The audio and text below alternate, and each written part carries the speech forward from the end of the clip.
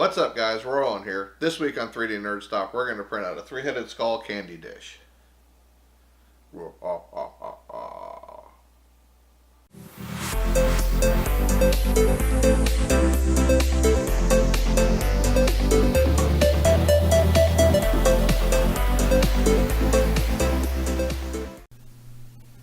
Alright guys, here we go. This is the model we're going to print out this week. It's a candy dish. Now it's a three-headed skulled candy dish. I think it's pretty cool looking. So we're going to print this out. So of course the first thing we would do is download it. Once it is finished downloading, then we can open it up in Cura. And here we go. Here's our candy dish. As you can see, it's pretty nice looking. Little head opened up. Now it's not real big. It's 100 millimeters by basically 100 millimeters by 65 millimeters tall.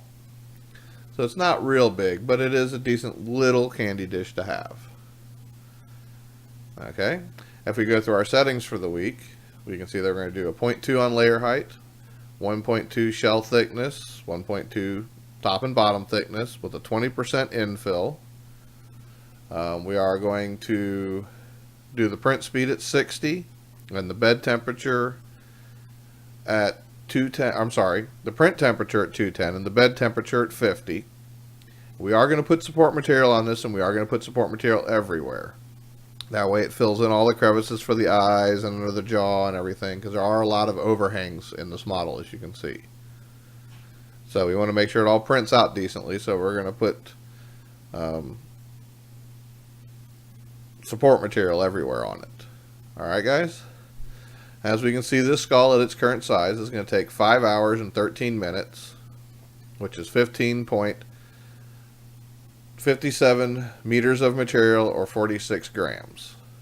Alright, so the first thing we would do is save that off to the SD card, and then once that one's saved off, then we need to go to our next model, which would be the eyeball. Now, already printing this model out, I found out that the eyeball is the wrong size. It's too big for that size skull. So I did have to figure out how to reduce it, or not necessarily how to reduce it, but how much to reduce it by. So I found that if you print this at 0.674, it fits the model fairly well. It could be a tiny bit bigger, but it seems to look pretty good in the model at this size.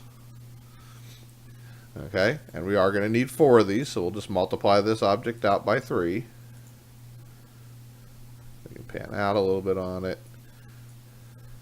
And as you can see, now we have 4 eyeballs. Okay, we are going to print these with the same settings. We will not need, any support material on them. So other than that, we're going to print it at the same settings with a layer height of 0.2. Our shell thickness, top and bottom, at 1.2. Our fill density at 20%. Our print speed at 60. Our print temperature at 210. And our bed temperature at 50. This is going to take approximately 32 minutes, which is 1.98 meters of material. So basically 2 meters of material, which is about 6 grams. So it's not a whole lot of material to print these. So we'd save those off to the SD card.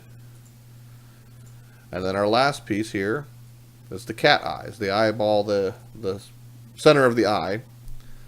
As you can see, it's scaled up to fit nicely inside the original size eye, so we have to reduce it as well. So we come in here and reduce it and scale the same way, the same amount. Okay, and again, we're going to need 4 of them, so we'll multiply it by 3.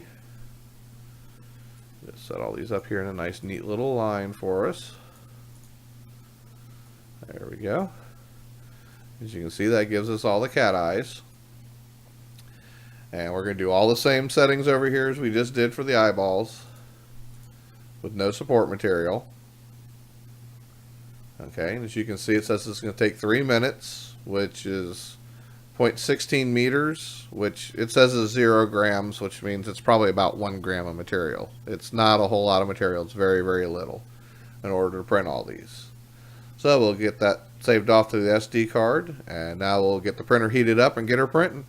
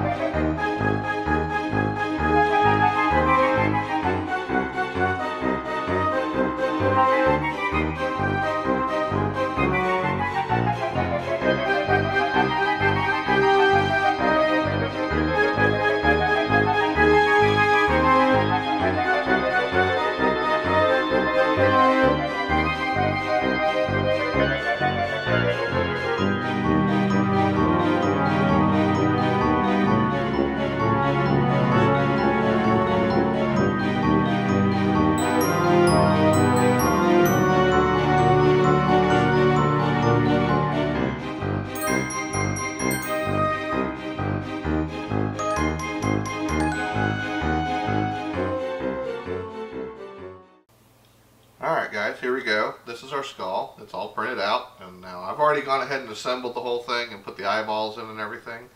It's really not that difficult to do. To glue the red part into the white part just takes a tiny little bit of glue on the back. In fact, you can almost not use any glue at all to hold them in because they pretty much snap into place really well on their own.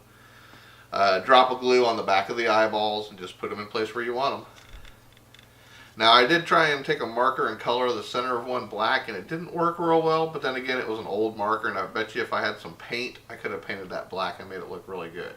But I don't happen to have any black paint laying around, so well, I couldn't do it. But all in all, it came out really well. I mean, this thing came out beautiful. The detail on it is nice. Now, as you can see, it's got an opening for the candy. I do kind of wish on this model that he had made the inside smooth instead of leaving all the ridges in here, but I do realize that would be a lot of work to get that to come out smooth, so that's just a minor little thing. Not a big deal. It still works as a candy dish. You can still put a little bit of candy in here, so that works good. As you can see, it looks really good. Zoom in here and get you a little bit better view. You can see the detail on it came out nice. And it's a cute little Halloween candy dish to have around. Now I will admit I did try and print a big one. I'm probably going to try and do a video on it next week. I tried to print a big one and I had a failure halfway through it. It made it to the top of the jaw and then just stopped. I'm not sure why yet. I'm still trying to figure that out. And when I mean it stopped, it still left the hot end hot and just stopped moving. Completely froze in place and stopped moving. I pulled the print off and tested the printer. The printer works fine. I don't know why it did it. It wasn't getting hot. Gonna see if I can figure out why. Gonna try and reprint it and see if I can get a big one of this printed out, which would be more like a candy bowl instead of a candy dish. And if I do, I'll have that out next Monday for you so you can see it. And I'll show you the failure and the footage of the failure and see, and hopefully I'll be able to tell you why it failed and how to avoid it from failing in the future. So there we go. It looks pretty good.